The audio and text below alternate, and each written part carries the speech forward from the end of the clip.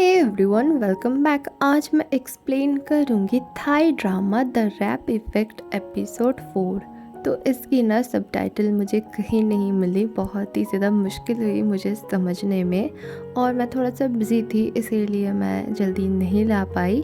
लेकिन अब से एकदम रेगुलर मैं द रैप इफ़ेक्ट ख़त्म कर दूँगी। तो चलिए शुरू करते हैं। तो एपिसोड की शुरुआत में क्लिनिक से जिन भागने लगती है, पीछे पीछे एलेक्स जाता है। आर्मी आता है और एलेक्स को अंदर बुलाने लगता है, लेकिन एलेक्स गुस्से में उससे बहुत ही रूडली बात करता है।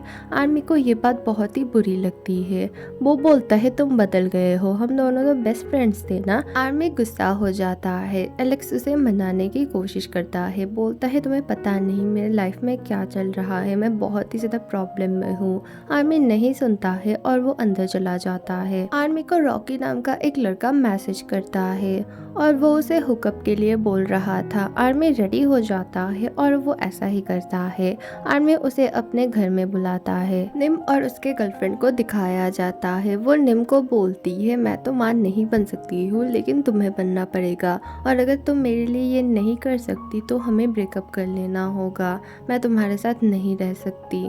निम को बहुत ही ज़्यादा बुरा लगता है, फिर वो उसे मना के बोलती है ठीक है मैं कुछ करती हूँ। निम बहुत ही ज़्यादा टेंशन में पड़ जाती है। इसका मतलब एलेक्स ने जो फोटो दिया था कि वो प्रेग्नेंट है वो सच होने वाला है। सीयू निम पे बहुत ही ज़्यादा हंसने लगता है। असल में वो लोग सीयू के घर में थे और उसके रूम से ही एलेक्स और निम को कुछ चीज़ें मिलती है। उन लोगों को सीयू के बारे में पता चल जाता है कि उसे रोल प्ले वगैरह पसंद है। एलेक्स और निम उसे डांटते हैं, बोलते हैं तुम्हारी गर्लफ्रेंड लियू बहुत अच्छी है, वो तुमसे बहुत प्यार करती है, उसे ये सब पसंद नहीं होगा, तुम ये सब छोड़ दो। वो बोलता है हाँ मैं छोड़ने की कोशिश करता हूँ लेकिन मुझसे नहीं होता है। फिर एलेक्स बोलता है शायद तुम इसी वजह से जेल गए होंगे। एक्चुअली एलेक्स के पास जो फोटोज थी ना, सीयू की एक फोटो थी जिसमें वो जेल गया था। आर्मी के घर में रॉकी आता है। वो रॉकी को देख के बोलता है तुम क्या छोटे हो बहुत ज्यादा, तुम्हारी एज 18 के ऊपर तो है ना।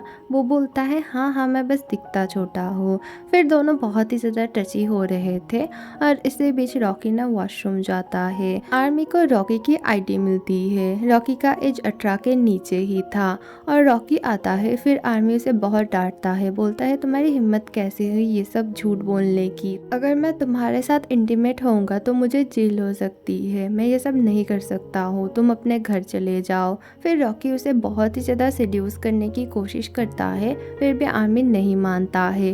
फिर वो बोलता है प्लीज़ आप मुझे मेरे घर तक छोड़ दीजिए, एक्चुअली मुझे इंस्टीट्यूट जाना है। वो बोलता है ठीक है। आर्मी रॉकी को फुटबॉल इंस्टीट्यूट छोड़ता है और उसे डांटता है कि फिर ऐसा कभी भी मत करना। फिर वो कोच को देखता है, कुछ और कोई नहीं उसका बेस्ट फ्रेंड जोई था। जोई उसके पास आता है और उसे बोलता है तुम यहाँ पर क्या कर रहे हो, यहाँ आने की तुम्हारी हिम्मत कैसे हुई और रॉकी के साथ तुम क्या कर रहे हो, रॉकी से तुम दूर रहना नहीं तो मैं तुम्हें जेल भेजूंगा, तुम्हें बस रोज रोज नए नए लोगों के साथ हुकअप करना होता है, तुम एक माइनर को भी नहीं छोड़ते हो, निकल जाओ यहाँ से।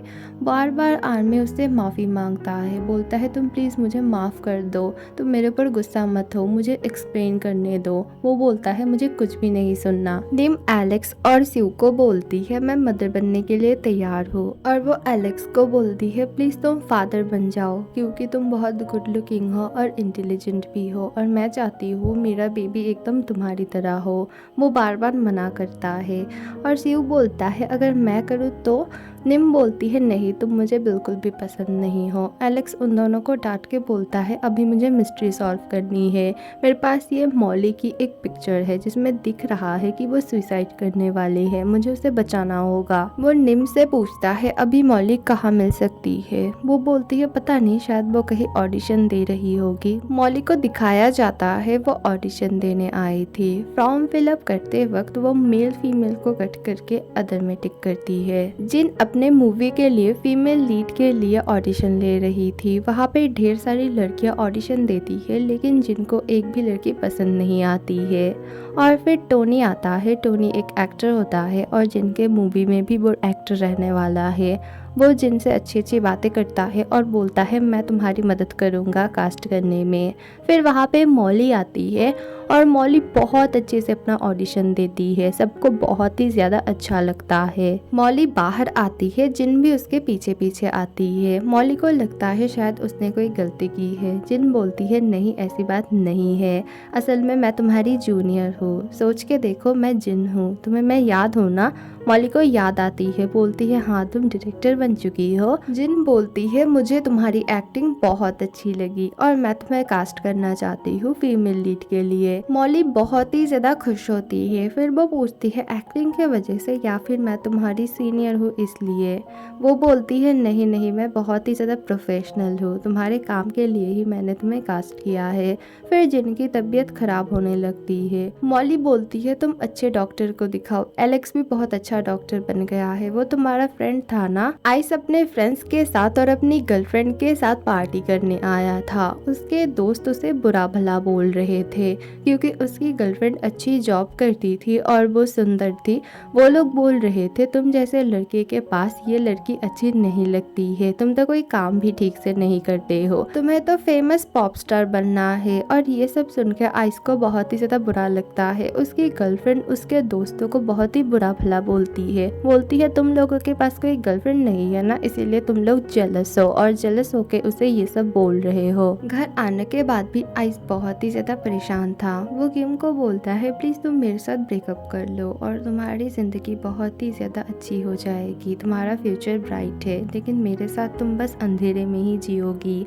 किम बोलती है नहीं, मैं तुमसे सच्चा प्यार करती हूँ और हम दोनों हमेशा साथ रहेंगे, लोगों को बोलने दो जो बोलना है और तुम एक दिन बहुत ही ज्यादा सक्सेसफुल बनोगे। फिर दोनों रोमांटिक नाइट स्पेंड करते हैं। आर्मी जोई के बारे में सोचने लगता है। वो बोलता है जोई ही पहला लड़का था जिससे मैं क्लोज हुआ था, उसके वजह से ही मैं अपने आइडेंटिटी को जान पाया था। एक स्विमिंग पूल में कैट और जिन मिलते हैं, दोनों पुरानी बातें करते हैं। फिर कैट पूछती है वैसे मुझे तुमसे ना एक बात पूछनी है। जिन बोलती है हाँ बोलो। कैट बोलती है क्या तुम एलेक्स से प्यार करती थी? वो बोलती है नहीं ऐसी कोई बात नहीं है। कैट बोलती है वैसे तुम कब तक ऐसे सिंगल रहोगी, तुम इतनी सुंदर हो, चलो मेरे साथ पार्टी में। वो बोलती है ठीक है। आर्मी बहुत अच्छे से रेडी होता है। फिर वो जोई के कोचिंग सेंटर में जाता है। जोई उसे देख के बहुत ही ज्यादा गुस्सा करता है, उसे बोलता है तुम यहाँ से निकल जाओ, तुम्हारी हिम्मत कैसे हुई? आर्मी बोलता है मुझे तुमसे बात करनी है, प्लीज तुम मुझे माफ कर दो, मैंने तुम्हारे साथ बहुत ही ज्यादा गलत किया है, मैं जानता हूँ। जोई बोलता है प्लीज तुम यहाँ से चले जाओ, मैं तुमसे कुछ भी नहीं बोलना चाहता हूँ, तुम जब भी मेरे जिंदगी में आते हो कुछ ना कुछ बुरा ही करते हो। आर्मी बोलता है मैं तुमसे सच में बहुत ही ज्यादा प्यार करता हूँ, मैं जानता हूँ तुम मुझसे उससे भी ज्यादा प्यार करते हो। जोई बोलता है नहीं। आर्मी जोई को किस करता है। जोई को भी उनके पुरानी बातें याद आती है। जोई बोलता है तुम यहाँ से चले जाओ, तुम ये सब क्या कर रहे हो? अगर किसी को भी पता चल गया कि मैं फुटबॉल कोच होके एक गे हूँ तो लोगों को बहुत ही ज्यादा अजीब लगेगा।